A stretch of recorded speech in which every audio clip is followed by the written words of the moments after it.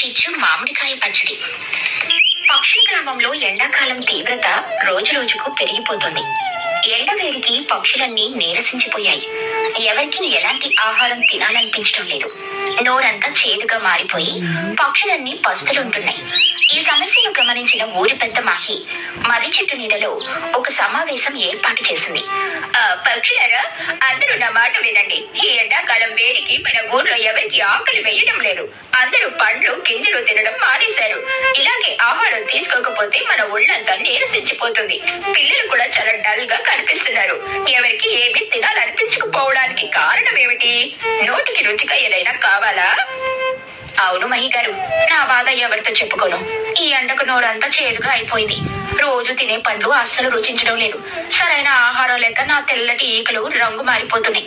నా ఒళ్ళంతా ఏమాత్రం నిగారింపు లేకుండా తయారైంది. నోటికి ఏదైనా పుల్లగా కారంగా తగిలితే గాని నాకు ఆకలి పుట్టేలా లేదు. నా అందం పాడైపోతుందేమోనని భయంగా ఉంది మహి గారు. నీకైనా అందం సమస్యలు నేను సరిగ్గా తినక నా గొంతు ఎండిపోయి ఆట కూడా పాడలేకపోతున్నాను. ఉదయం పూట తిన్న తీయట తీర కూడా ఇప్పుడు నాకు చేదుగా అనిపిస్తుంది. నోటికి ఏదైనా ఘాటుగా తగిలితే నా గొంతు మళ్ళీ బాగుపడుతుంది అనుకుంటున్నాను. కానీ అడవులు ఏమున్నాయి?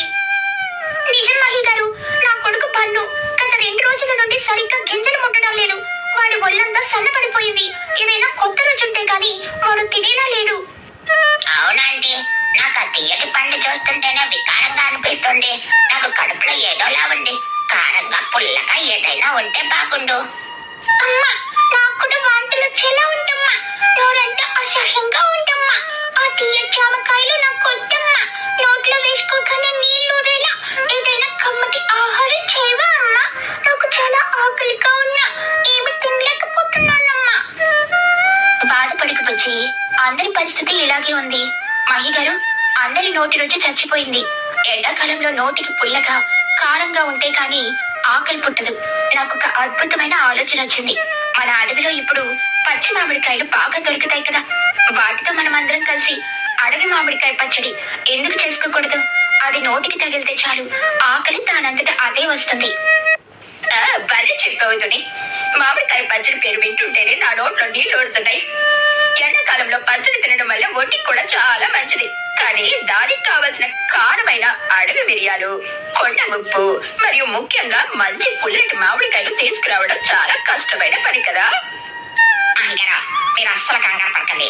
ఈ పచ్చడికి కావాల్సిన అత్యుత్తమ మామిడికాయలు ఎక్కడ దొరకతాయో నాకు బాగా తెలుసు. అడవికి ఆవలు ఉన్న పెద్ద కొండ దగ్గర ఒక పాత మామిడి చెట్టు ఉంది. దాని కాయలు ఎంత పుల్లగా ఉంటాయంటే ఊహించుకుంటేనే నోట్లో లాలాజనం ఊపికొస్తుంది. నేను చిన్న కలిసి ఇప్పుడే వెళ్ళి ఆ కాయలు తీసుకొని వస్తాం. ఊరి కోసం నేను ఎంత కష్టమైనా పడతాను. సమర్శించు. నీలో ఉన్న ఈ ఉత్సాహం, ఇతరులకు సహాయం చేయాలని నీ తపన చూస్తుంటే నాకు చాలా గర్వంగా ఉంది. నువ్వు ఎప్పుడు అందరికి ముందుండి సహాయం చేస్తావు. నీ ఐడియా చాలా బాగుంది. సరే, మామిడికాయల బాధ్యత నీది.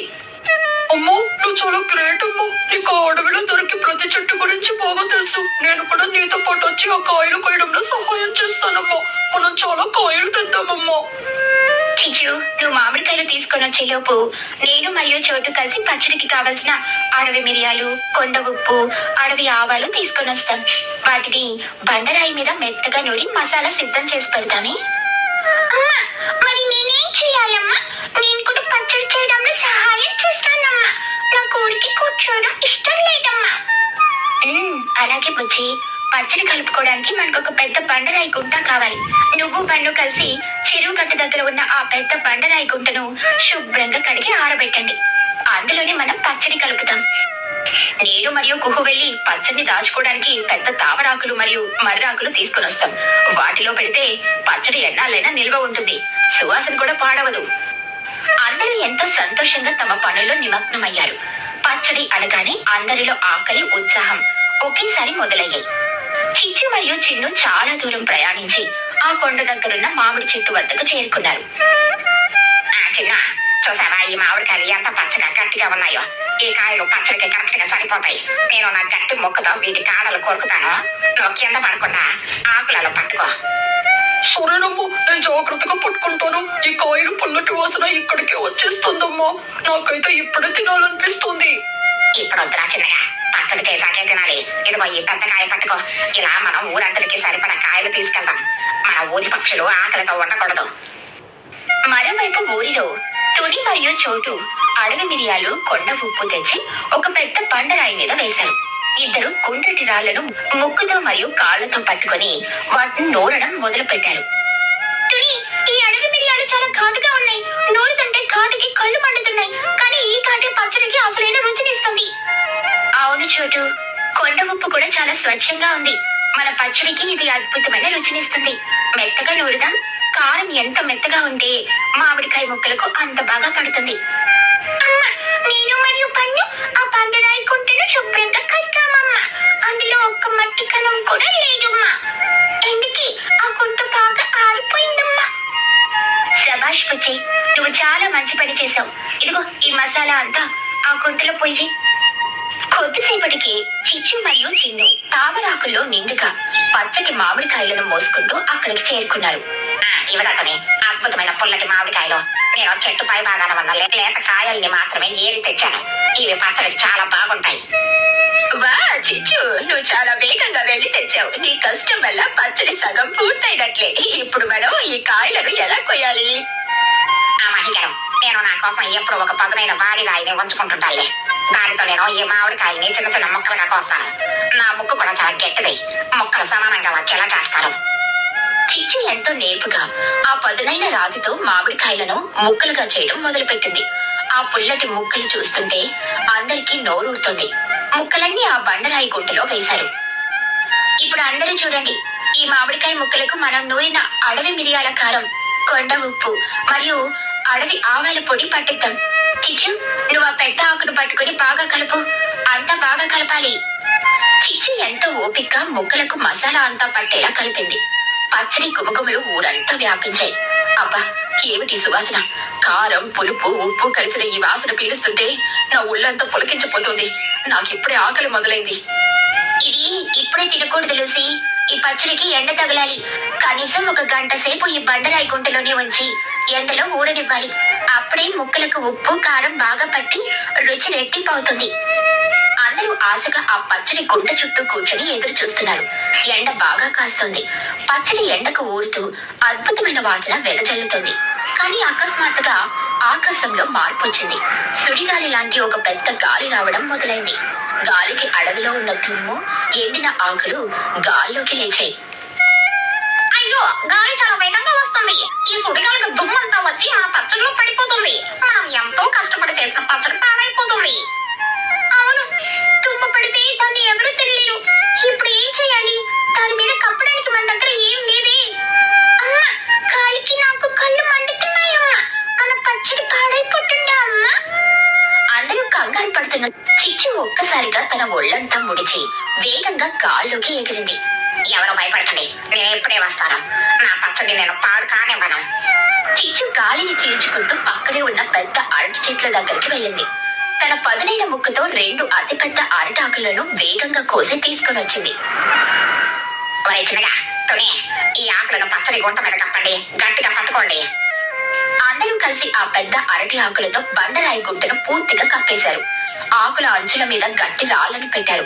గాలి ఎంత బలంగా వీచినా, దుమ్ము ఎంత లేచినా ఆ పచ్చడికి ఒక్క మట్టి కణం కూడా తగలేదు. కొద్దిసేపటికి గాలి శాంతించింది. దుమ్మంతా పోయింది. వా చిచ్చు, నువ్వు నిజంగా ఒక హీరోవి. నీ సమయస్ఫూర్తి, నీ వేగం వల్ల మన పచ్చడి సురక్షితంగా ఉంది. నువ్వు ఆ ఆకులు తీసుకురాకపోతే మన కష్టం అంతా గాలిలో కలిసిపోయేది. నీ చురుకుదనం చూసి నేను ఆశ్చర్యపోతున్నారు. అవును చిచ్చు, నీ తెలివి వల్ల మనందరికీ ఆహారం దక్కింది. నీకెంత కృతజ్ఞతలు చెప్పినా తక్కువే. ఇందులో కృతజ్ఞతలు ఎందుకు? మనం ఒకరికొకరు సహాయం చేసుకోవాలి కదా. మన ఊరి పక్షుల ఆకలి తీర్చడం నా బాధ్యత. ఇప్పుడు అందరూ చూడండి, పచ్చడి బాగా ఊరింది. నేను ఈ ఆకులు తీస్తున్నాను. అరటాకులు తీయగానే గుమగుమలాడే అడవి మామిడికాయ పచ్చడి వాసన అందర్నీ కట్టిపడేసింది. ముక్కలకు కారం, ఉప్పు పట్టి అద్భుతంగా తయారైంది. నాకు చాలా ఆకలిగా ఉందమ్మా. వాసన చూస్తుంటే నా నోట్లో నీళ్ళు వస్తున్నాయమ్మా. అలాగే పచ్చి, అందరూ వరుసగా కూర్చోండి. నేను మర్రి ఆకులలో అందరికీ పచ్చడి వడ్డిస్తాను. ఇది కొద్దిగా తిన్నా కూడా మీకు మళ్ళీ పండ్లు తినాలనే ఆకలి పుడుతుంది. అందరూ ఆకుల్లో ఆ పచ్చడిని తీసుకుని రుచి చూశారు. పచ్చడి నోట్లో పడగానే పుల్లగా, కారంగా, ఉప్పుగా. ఆ రుచి వారి నోటి నరాలను మేల్కొల్పింది. అద్భుతం! మహా అద్భుతం. నేను నా జీవితంలో ఎంత రుచికరమైన పచ్చడి తిననే లేదు. నా నోటి చేదంతా మాయమైపోయింది.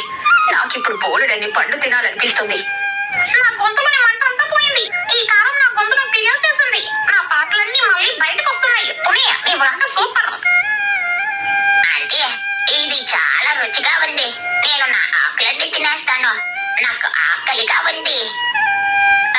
ఈ రోజు మనందరికి ఒక గొప్ప విందు దొరికింది. తుని ఆలోచన, ముఖ్యంగా చిచ్చు చేసిన కృషి, చూపిన సమయస్ఫూర్తి వల్ల మన గ్రామంలోని పక్షులన్నీ ఆకలి తీర్చుకున్నాయి. అందరూ కలిసి ఐక్యమత్యంగా ఉంటే దేనినైనా సాధించొచ్చని ఈ రోజు మళ్ళీ నిరూపితమైంది. ఇలా అందరూ ఆనందంగా కడుపు నిండా తింటుంటే చూడటమే నాకు అసలైన సంతోషం మహి గారు. ఎండాకాలం పూర్తయ్యే వరకు మనం రోజు ఇలాగే కలిసికట్టుగా భోజనం చేద్దాం. పక్షులన్నీ ఆ పచ్చడిని ఆస్వాదిస్తూ ఎండాకాలం కష్టాలను మర్చిపోయి ఆనందంగా పాడుకుంటూ ఆడుకుంటూ తమ తమ గూళ్లకు చేరుకున్నాయి. చిచ్చుకాకి చూపించిన సమయస్ఫూర్తిని, సహాయ గుణాన్ని ఊరంతా గొప్పగా చెప్పుకున్నారు.